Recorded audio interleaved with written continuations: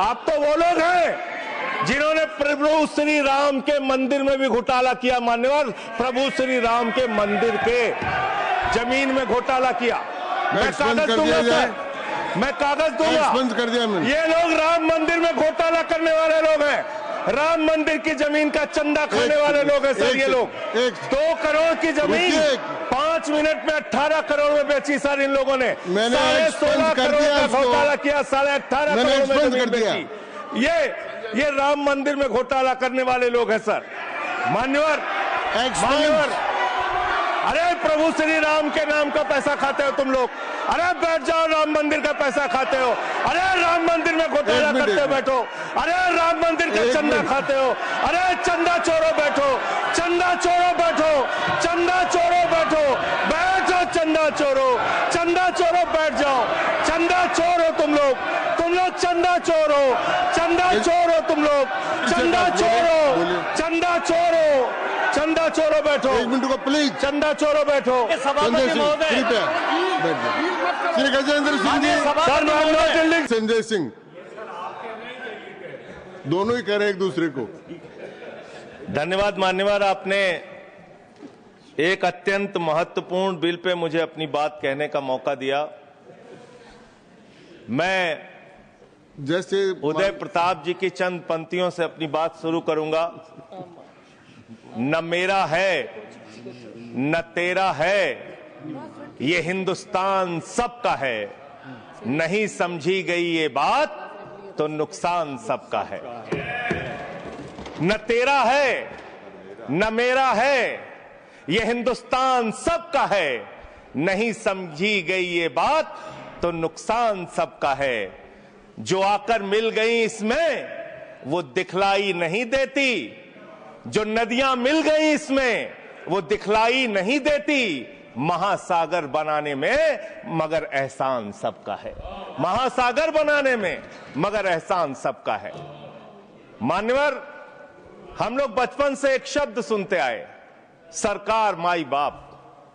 सरकार माई बाप यानी कि जो सरकार होती है वो लोगों की माई बाप होती है, मां की तरह ख्याल रखती है, पिता की तरह ख्याल रखती है।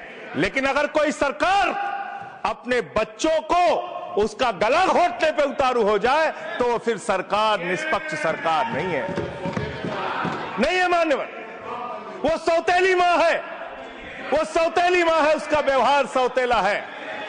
और आज आप जो काम कर रहे हैं इस बिल के माध्यम से, आप बाबा साहब डॉक्टर भीमराव अंबेडकर जी के द्वारा लिखे गए संविधान की हत्या कर रहे हैं। और ये बात मैं इसलिए कह रहा हूं कि बाबा साहब डॉक्टर भीमराव अंबेडकर जी ने संविधान की धारा 26 में लिखा, धार्मिक मामलों के प्रबंधन की स्वतंत्रता, धार्मिक एवं धर्मार्थ उद्देश्यों के लिए संस्थाओं की स्थापना एवं रखरखाव करना, धर्म के मामलों में अपने स्वयं के मामलों का प्रबंधन करना, चल एवं अचल संपत्ति का स्वामित्व एवं अधिग्रहण करना तथा ऐसी संपत्ति का कानून के अनुसार प्रशासन करना। यह अधिकार आपने नहीं दिया, यह अधिकार किसी भारतीय जनता पार्टी के लोगों ने नहीं दिया। यह अधिकार बाबा साहब डॉक्टर भीमराव अंबेडकर जी के द्वारा लिखे गए भारत के संविधान ने दिया मान्य। और आप उस संवैधानिक अधिकार को छीन रहे हैं एक गैर संवैधानिक बिल लाके। क्या क्या लिखा इस कानून के अंदर आपने, किस तरीके से आपने इस संविधान की हत्या करने का काम किया। आप बड़ी बड़ी बातें कर रहे हैं। ये सरकार कह रही है कि ये कानून हम मुसलमानों के भले के लिए आ रहे हैं। जब मैं आपसे सुनता हूं तो मुझे लगता है कपिल शर्मा कॉमेडी सर्कस में बोल रहा है। आप मुसलमानों का भला कर रहे हैं, आप मुसलमानों का भला कर रहे हैं। दोनों सदन में एक भी सदस्य, दोनों सदन में सिर्फ एक सदस्य गुलाम अली को छोड़ के एक भी सदस्य आपका मुसलमान नहीं है। आप मुसलमानों का भला कर रहे हैं, आप मुसलमानों का भला कर रहे हैं। पूरी सरकार में एक मंत्री आपका मुसलमान नहीं है, आप मुसलमानों का भला कर रहे हैं। 2 नेता अपने घरों में आपने बैठा दिया, मुख्तार अब्बास नकवी, शहनवाज हुसैन, दोनों की राजनीति आपने खत्म कर दी। आप मुसलमानों का भला कर रहे हैं, आप मुसलमानों का भला कर रहे हैं, आप मुसलमानों का भला कर रहे हैं। अरे सुनना सीखो, सुनना सीखो पहले। मान्यवर, मैं इनके इस कानून में क्या क्या लिखा हुआ है, क्या क्या कहा है नोट इन्होंने। यील्डिंग, बैठ जाए कृपया। गुलाम अली जी बैठ जाए। धार्मिक संपत्तियों को ये बिल कब्जा करने की नापाक कोशिश है इतनी और शांति धार्मिक है संपत्तियों को सदन में, इतनी कब्जा शांति करने के लिए। सदन में इतनी शांति है कि आराम से आप बोलोगे तो आराम सब- से बोल रहा हूं सर। हाँ। आप बैठे हैं तो आपको देख के वैसे ही आराम आ जाता है। आपको देख के मैं वैसे ही आराम में रहता हूं सर। आप जब है आपका संरक्षण है तो आराम से ही बोल रहा हूं। बोलिए बोलिए। मान्यवर, धार्मिक संपत्तियों को कब्जा करने की ये कोशिश है। इसलिए इस बिल पर न हिंदू को खुश होना चाहिए, न सिख को खुश होना चाहिए, न ईसाई को खुश होना चाहिए, न जैन को खुश होना चाहिए, न बौद्ध को खुश होना चाहिए, क्योंकि नंबर सबका आएगा। और आज वक्फ की संपत्तियां कब्जा करके आप अपने दोस्तों को देंगे, कल गुरुद्वारे की संपत्तियां कब्जा करके आप अपने दोस्तों को देंगे, फिर चर्चों की संपत्तियां कब्जा करके आप अपने दोस्तों को देंगे, फिर बौद्धों की संपत्तियां कब्जा करके आप अपने दोस्तों को देंगे, फिर जैनों की संपत्तियां कब्जा करके आप अपने दोस्तों को देंगे, फिर मंदिरों की जमीनें कब्जा करके आप अपने दोस्तों को देंगे। आप तो वो लोग हैं जिन्होंने प्रभु श्री राम के मंदिर में भी घोटाला किया। मान्यवर, प्रभु श्री राम के मंदिर के जमीन में घोटाला किया। मैं कागज दूंगा सर, मैं कागज दूंगा। बंद कर दिया मैंने। ये लोग राम मंदिर में घोटाला करने वाले लोग हैं। राम मंदिर की जमीन का चंदा खाने वाले लोग हैं सर। ये लोग 2 करोड़ की जमीन 5 मिनट में 18 करोड़ में बेची सर इन लोगों ने। 16.5 करोड़ का घोटाला किया, 18.5 करोड़ में जमीन बेची। ये राम मंदिर में घोटाला करने वाले लोग हैं सर। मान्यवर, अरे प्रभु श्री राम के नाम का पैसा खाते हो तुम लोग। अरे बैठ जाओ, राम मंदिर का पैसा खाते हो। अरे राम मंदिर में घोटाला करते बैठो। अरे राम मंदिर का चंदा खाते हो। अरे चंदा चोरो बैठो, चंदा चोरो बैठो, चंदा चोरो बैठो, बैठो चंदा चोरो, चंदा चोरो बैठ जाओ।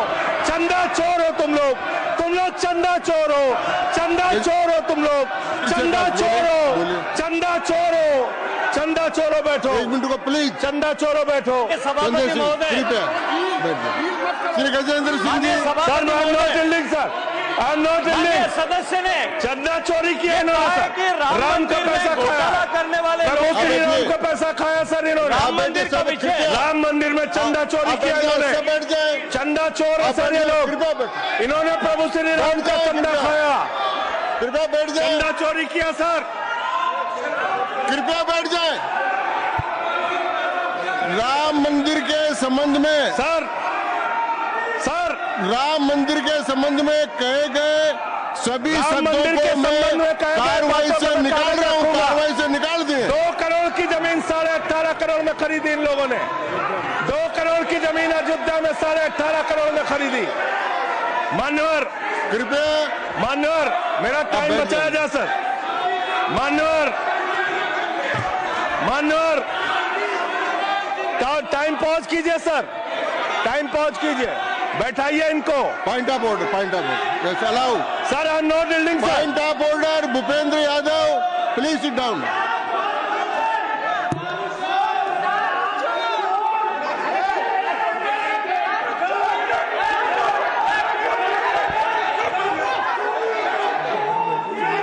भाई पॉइंट ऑफ ऑर्डर मैंने दिया।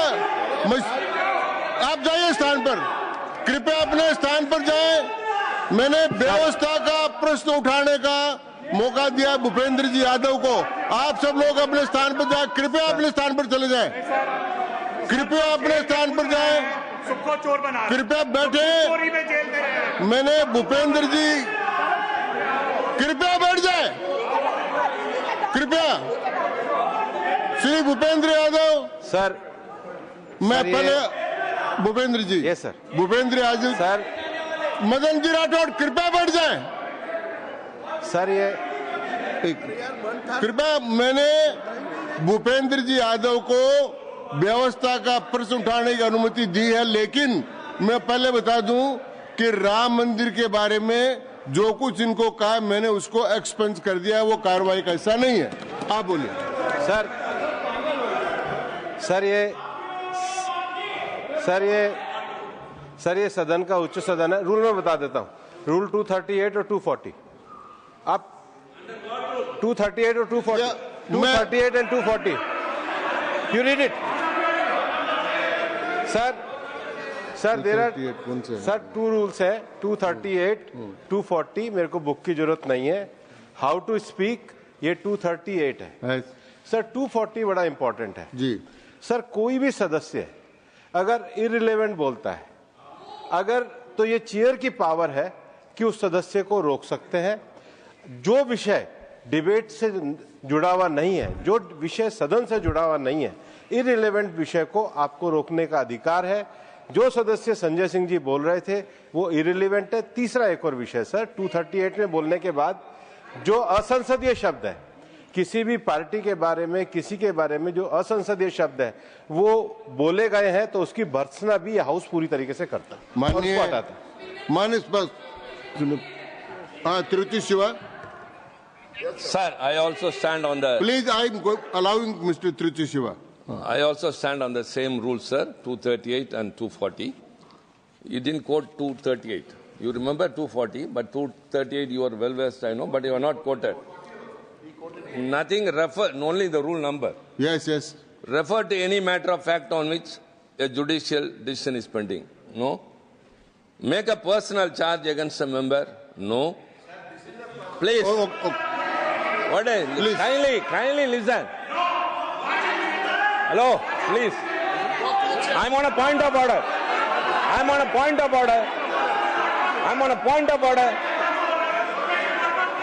of order आपने अलाउ किया है। What is that? Point of order आपने अलाउ किया है।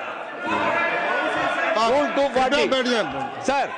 सुन ले एक बार Sir. मैं निर्णय मुझे करना, आप तो सुन तो ले। आप बैठे। Sir, only 240. 240. मैंने दोनों 238, 240 दोनों देख लिए। Please, sir. Rule 240 says, the chairman, after having called the attention of the council to the conduct of a member who persists in irrelevance or in tedious repetition. You didn't call, sir. Whether it is irrelevance or repetition has to be decided by the chair. So, the chairman... आप सुनो ना भाई, please. Hello, please. I am speaking to the chair. Please do. I am speaking to the chair. इधर देखिए ना. Sir, it is we leave it to your discretion and decision, sir. Yes. And not it is repetition or irrelevance can be decided by any other member, sir. Only you, sir. Okay, thank you. मैंने श्री भूपेंद्र जी यादव ने 240 में ये और है कि अगर कोई दूसरा सदस्य भी किसी सदस्य के इररिलेवेंट डिबेट को सपोर्ट करता है तो उसको भी डिबार करना चाहिए, आपको शिवा को भी करना चाहिए। अब एक second,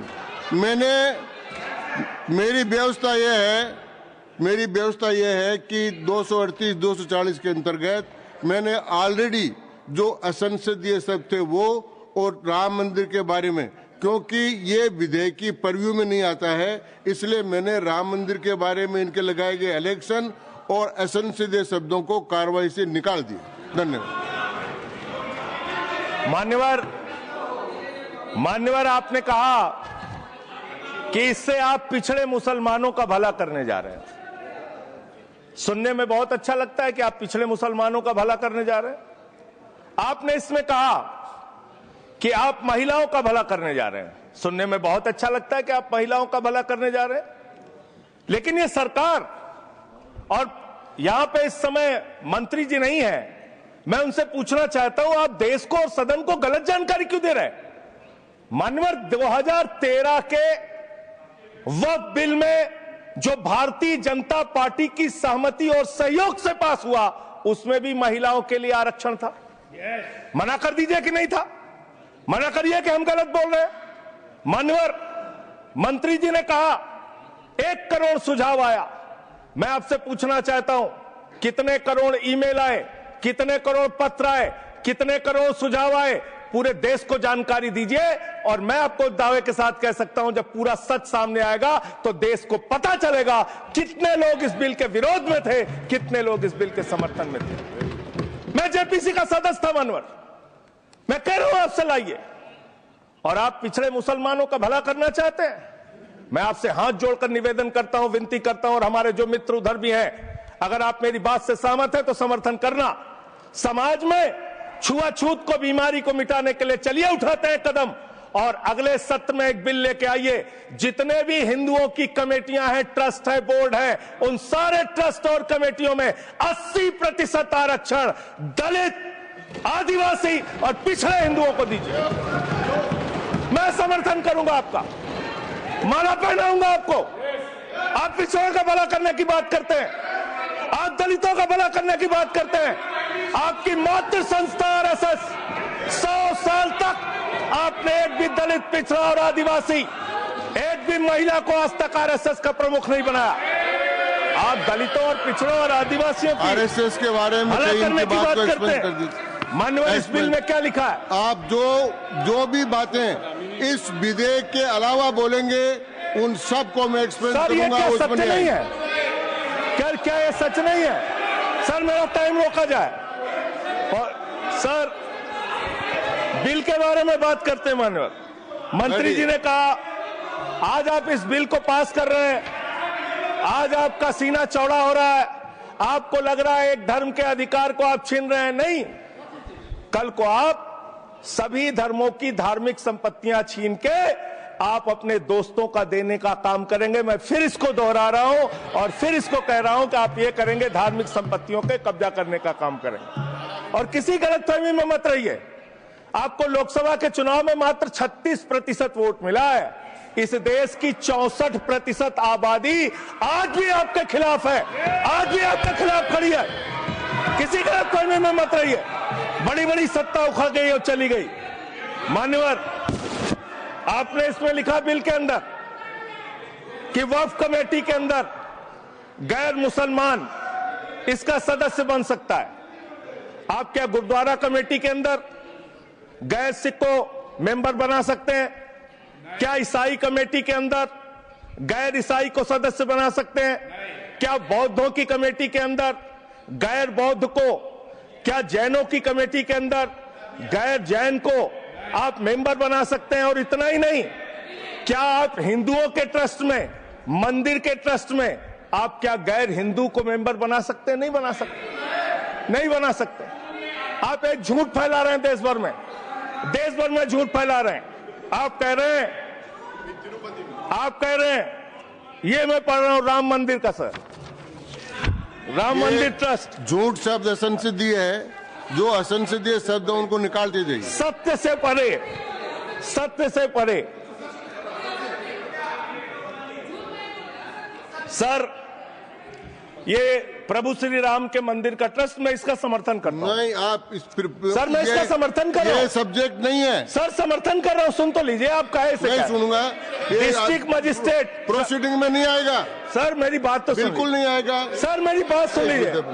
Ghanshyam ji please, chairman साहब, district magistrate of Ayodhya will be ex officio trustee who will be a practising Hindu. If the DM is not Hindu, then additional district magistrate will be an ex officio member of the trust. हम इसका समर्थन करते हैं sir. Hindu धर्म के trust में हिंदू को member होना चाहिए, आपने लिखा, हम इसका समर्थन करते हैं। लेकिन आप दूसरे धर्मों के ऊपर कह रहे हैं। कल को आप गुरुद्वारा कमेटियों में कहेंगे सिख नहीं, दूसरे धर्म के लोग इसमें आएंगे। कल को आप जैन कमेटियों में घुसड़ेंगे, बौद्धों की कमेटियों में घुसड़ेंगे। ये बात गलत है, ये पूरी तरीके से गलत है। और आज पूरे देश को आप बताइए, मान्यवर, पूरे देश को आप बताइए, 2009 में आपने अपना घोषणा पत्र जारी किया था, मैनिफेस्टो। ये मैनिफेस्टो आपका लेके आया हूं, ये तो आपका डॉक्यूमेंट है, मेरे घर नहीं बना। इस मैनिफेस्टो में लिखा है इन्होंने कि 2009 के मैनिफेस्टो में लिखा है कि वक्फ की जमीनों पर जो अवैध कब्जे हुए हैं, के.आर. रहमान की कमेटी की रिपोर्ट के हिसाब से हम मुस्लिम धर्म गुरुओं के साथ बातचीत करके उसको खाली कराने का काम करेंगे। कितना दोहरा चरित्र है आपका। आपने कहा वक्फ की जमीनों को खाली कराने का काम करेंगे जिसपे कोई और कब्जा कर रखा है। मान्यवर, एक और बात, सुप्रीम कोर्ट के अंदर आप कह रहे हो कागज चाहिए, कागज चाहिए। मंत्री जी ने कहा कागज चाहिए। मंत्री जी, आपको कागज की बहुत जरूरत होती है, कागज आपको चाहिए। आपकी सरकार ने 2020 में, ये पूरे देश को देखना चाहिए, पूरे देश को सर, 2020 में मैं जेपीसी का मेंबर था, एक कागज वहां मिला हमें 2020 में सुप्रीम कोर्ट में। सर आप, मेरी बात नहीं आ रही सर मेरी बात नहीं आ रही। 2020 में मान्यवर इस भारत की सरकार ने, मोदी जी की सरकार ने शपथ पत्र दिया सुप्रीम कोर्ट में। से क्या लिखा हुआ है? 99% वक्फ की संपत्तियां डिजिटाइज हो चुकी हैं। मुख्तार अब्बास नकवी साहब आपके मंत्री थे, उनका बयान है 100% वक्फ की संपत्तियां डिजिटाइज हो चुकी हैं। तो जब आप सारी संपत्तियां डिजिटाइज कर चुके हैं, सब कुछ ऑनलाइन कर चुके हैं वामसी पोर्टल में, सारे कागजात जांच चुके हैं, तो क्या आप फसाद कराने के लिए फिर से कागज मांग रहे हैं? फसाद कराने के लिए आप फसाद कराने के लिए कागज मांग रहे हैं? आप फसाद कराने वाले हिंदू हैं, हम सौहार्द फैलाने वाले हिंदू हैं। यह बुनियादी फर्क है, यह बुनियादी फर्क है आप में। आप देश भर में फसाद, नफरत, लड़ाई, झगड़ा कराने का काम करते हैं। मान्यवर, मैं अंत में आप लोगों से सिर्फ एक ही बात कहना चाहता हूं कि आज सच्चर कमेटी की रिपोर्ट की बात कही गई और कहा गया 12,000 करोड़ की आमदनी हो सकती थी। एक सुझाव मैं पूरे सदन की तरफ से इस सरकार को देना चाहता हूं। 12,000 करोड़ की आमदनी की चिंता है वक्फ की, करोड़ों मुसलमानों की चिंता है आपको। एक अपने दोस्त को पकड़ के लाइए, नीरव मोदी को 20,000 करोड़ वसूलिए, 12,000 करोड़ वक्फ को दीजिए, 8,000 करोड़ अपने पास रखिए। 8,000 करोड़ का आपको मुनाफा होगा, 12,000 करोड़ वक्फ को दे दीजिए, करोड़ों मुसलमानों का भला हो जाएगा। मान्यवर, अंतिम बात कह के आपने कहा सच्चर कमेटी की रिपोर्ट से 12,000 करोड़ की आमदनी की बात कही गई है। अर्ध सत्य मत बोलिए, पूरा सत्य बोला कीजिए। सुविधाजनक सत्य मत बोलिए, पूरा सच बोला कीजिए। मंत्री जी, इसमें लिखा हुआ है सच्चर कमेटी की रिपोर्ट में कि भारत की सरकार ने, राज्यों की सरकार ने अलग अलग राज्यों में, अलग अलग जगहों पे 365 वक्फ की संपत्तियां कब्जा कर रखी हैं। आप उसके बारे में नहीं बताते, आप अर्ध सत्य बोलते हैं। मैं तो जेपीसी का मेंबर रहा हूं, मुझे सब पता है। तो इसलिए मान्यवर, आप फैला रहे हैं झूठ, ट्रिब्यूनल के फैसले, बस खत्म सर, खत्म। असत्य, सत्य से परे मान्यवर, सत्य से परे मान्यवर।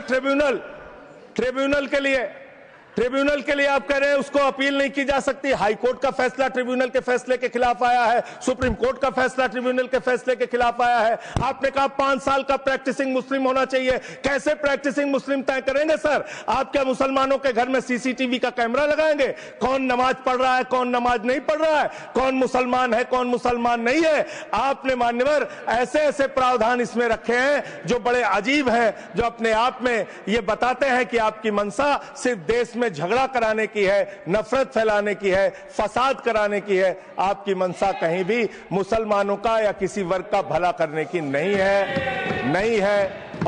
है। बस एक अंतिम बात कह के अपनी बात समाप्त करूंगा। ये काम आपने देश के अंदर बहुत अच्छा शुरू कर दिया। आप एक काम करते हैं, देखो मुसलमानों को ठीक कर रहा हूं, दूसरी तरफ महंगाई बढ़ रही है, नुकसान हिंदुओं का। 94 लाख करोड़ रुपए शेयर बाजार में डूब रहा है, नुकसान हिंदुओं का। 11 लाख बच्चे स्कूलों से बाहर निकल गए, नुकसान हिंदुओं का। तो मुसलमानों को ठीक करने के नाम पर आप नुकसान देश के करोड़ों हिंदुओं का भी कर रहे हैं। इसलिए ये सब बातें करके देश में आप नफरत फैला के ये सब झगड़े फसाद के काम मत कीजिए। और अंत में आपसे एक ही बात कहना चाहता हूं, अभी भी वो मौका है इस बिल को, जो गैर संवैधानिक है, जो बाबा साहब के संविधान के खिलाफ है, इसको वापस लीजिए। धन्यवाद। श्री दूंगा ही। संजय सिंह जी को मैं जवाब देना चाहता हूं, सबको जवाब देंगे, लेकिन समस्या ये है, माननीय मंत्री जी को हस्तक्षेप करने का अधिकार है। जब मैं when I reply to everybody please, मैं सबको जवाब दूंगा। मैं सिर्फ इतना ही कह रहा हूं कि संजय सिंह इतना तर्कहीन बात करते हैं, जवाब देने के लिए जगह भी नहीं है। वो पॉइंटलेस बात करता है, बिल से संबंधित नहीं, इधर उधर का बात करता है। पॉइंट में बात कीजिए, मैं जवाब दूंगा बाद में। श्री येरम वेंकट सुब्बा रेड्डी।